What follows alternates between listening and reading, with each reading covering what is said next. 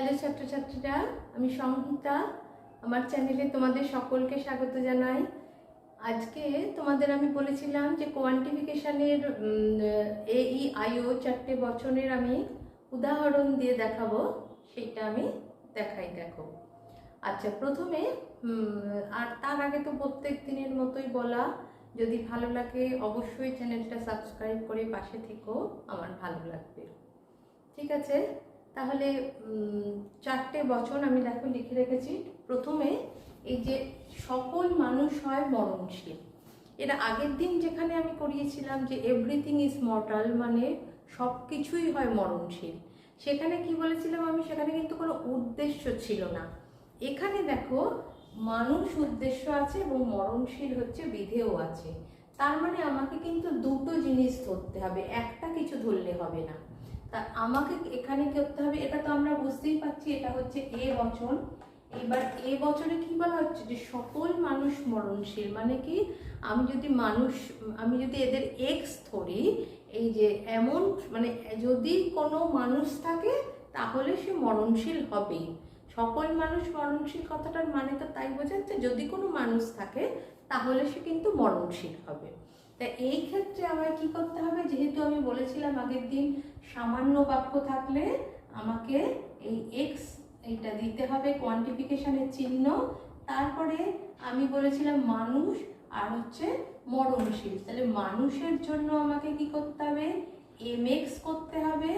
আর যেহেতু সামান্য বাক্য সেহেতু হচ্ছে mx, আর আমি ধরো এটা মরণশীলের জন্য আমি এইচই ধরলাম, এইচ, বা আমি মানুষের জন্য ধরো আমি হিউম্যান ধরি যদি, তাহলে আমার এটা এইচ দিতে হবে, এটাকে আমি এইচ ধরি, কারণ মানুষ যদি ইংলিশে ধরি হিউম্যান দিই এইচ, আর আমি মরণশীলের জন্য আমি এম দিলাম, তাহলে আমার হয়ে গেল এটা HX হর্ষু MX। এটা যেহেতু সামান্য বাক্য এবং সামান্য বাক্যে এটা কি বলা হচ্ছে, যদি কেউ মানুষ হয় তাহলে সে মরণশীল হবেই, সেই জন্য আগে আমাকে কোয়ান্টিফিকেশনের চিহ্ন দিয়ে তারপরে এইভাবে করতে হবে। এরপরেরটা হচ্ছে দেখো ই বাক্য। ই বাক্যের ক্ষেত্রে তো আমরা জানি ই বাক্য সামান্য বাক্য, সেই জন্য আমাকে এই সাইনটা তো কোয়ান্টিফিকেশনের সাইন দিতেই হবে। আবার আমি সেই মানুষের জন্য ধরবো কি HX ধরলাম, এইবার হর্ষ চিহ্ন পর্যন্ত দিলাম, কিন্তু এইবার আমার কিন্তু এইখানে হবে নট MX। এইবারে হচ্ছে আমার আই বাক্য। এবার আই বাক্যে আমি বলছি কি কোনো কোনো মানুষ হয় মরণশীল, মানে অন্তত একজন মানুষও আছে যে হচ্ছে মরণশীল। তা সেক্ষেত্রে আমি তো এর আগেই বলেছি যে যখন আমার বিশেষ বাক্য হবে তখন কিন্তু আমাকে এই সাইনটা দিতে হবে। আর মানুষের জন্য যদি আমি HX ধরি তাহলে কিন্তু আমাকে এই ক্ষেত্রে কিন্তু হর্ষ নয় ডট চিহ্ন দিতে হবে বিশেষ বাক্যের ক্ষেত্রে, এবং মরণশীলের ক্ষেত্রে ঠিক একইভাবে আমি MX করব, মানে অন্তত একজন মানুষ হবে, এইটা বোঝাচ্ছে। এরপরে বলা হচ্ছে ও বাক্য। ও বাক্যের ক্ষেত্রে বলা হয় কি কোনো কোনো মানুষ নয় মরণশীল, তার মানে কি বলা হচ্ছে যে যদি কেউ মানুষ হয় সে মানুষ হতে পারে, কিন্তু অন্তত একজন ব্যক্তিও আছে যে মানুষ কিন্তু মরণশীল নয়। তা সেই জন্য সেক্ষেত্রে কিন্তু আমার সাইনটা হয়ে যাবে, এইটা হচ্ছে কোয়ান্টিফিকেশনের ইয়ে হয়ে গেল। তারপরে হচ্ছে আমার এখানে HX ডট, যেহেতু এটা বিশেষ বাক্য, ডট তারপরে কার্ল দিতে হবে, দিয়ে তারপরে কিন্তু MX। তার মানে বলা হলো কি যে অন্তত একজন যে মানুষ কিন্তু মরণশীল নয়। এটার মানে তো তাই হয়, কোনো কোনো মানুষ নয় মরণশীল, যেমন কোনো কোনো মানুষ হয় মরণশীল বললে অন্তত একজন মানুষ মরণশীল, আবার নয় বললেও বোঝায় যে অন্তত একজনও মানুষ আছে যে মানুষ কিন্তু মরণশীল নয়। তাহলে এই যে 4টে বচন, এই 4টে বচনের হচ্ছে এইভাবে কিন্তু আমাদের কোয়ান্টিফিকেশানে আমাদের করতে হবে, এইভাবে কিন্তু সিম্বলাইজ করতে হবে।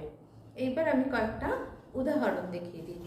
দেখো এবার আমি দুখানা উদাহরণ লিখেছি, দেখো এগুলো দেখলেই বুঝতে পারবে। প্রথম হচ্ছে বাদুড় হয় স্তন্যপ্রায়ী। এটাকে আমরা যদি তর্ক বাক্যে দেখি তাহলে আমরা কি করব, বাদুড় হয় স্তন্যপ্রায়ী, বা তার মানে কি আমরা বলবো যে সকল বাদুড় হয় স্তন্যপ্রায়ী। তার মানে এটাকে তুমি যদি চেঞ্জ করো তর্ক বাক্যে, তার মানে এটা হয়ে যাবে এ বাক্য সকল বাদুড় হয় স্তন্যপায়ী প্রাণী। তাহলে এখানে কিন্তু তার মানে এটা এই বাক্য, যেহেতু তোমাকে আগে বাক্যটা চেঞ্জ করে লিখতে হবে যে সকল বাদুড় হয় স্তন্যপায়ী, আমি আর লিখলাম না। তারপরে আমাকে যেহেতু বললাম এ বাক্য বলে, আমাকে তার জন্য কি লিখতে হবে, এ বাক্যের জন্য আমাকে আগে কোয়ান্টিফিকেশনের চিহ্ন দিতে হবে। তারপরে তুমি বাদুড়ের জন্য যদি বি ধরো, বি এক্স, তারপরে হর্ষ দিতে হবে কারণ এটা এ বাক্য। আর স্তন্যপায়ীর জন্য যদি তুমি এম ধরো তাহলে এম এক্স দিতে হবে। এই হয়ে গেল হচ্ছে কিন্তু তোমার এই বাক্যটার কোয়ান্টিফিকেশনে চেঞ্জ করে তোমার লেখা। এইবার হচ্ছে পরেরটা দেখো, সাপের কামড় কোনো কোনো ক্ষেত্রে মারাত্মক হয়। তার মানে এখানে বলেই দিয়েছে যে কোনো কোনো ক্ষেত্রে, তার মানে বোঝা যাচ্ছে এটা আই বাক্য, যে কোনো কোনো সাপের কামড় হয় মারাত্মক। আমি যদি এটাকে তর্ক বাক্যে করি কি লিখবো, কোনো কোনো সাপের কামড় হয় মারাত্মক, তার মানে এটা হচ্ছে আই বাক্য। তা আই বাক্যের ক্ষেত্রে আমি কি করেছি, কি বলেছি, আগে তোমার কোয়ান্টিফিকেশন থিওরি এটার চিহ্নটা দিতে হবে।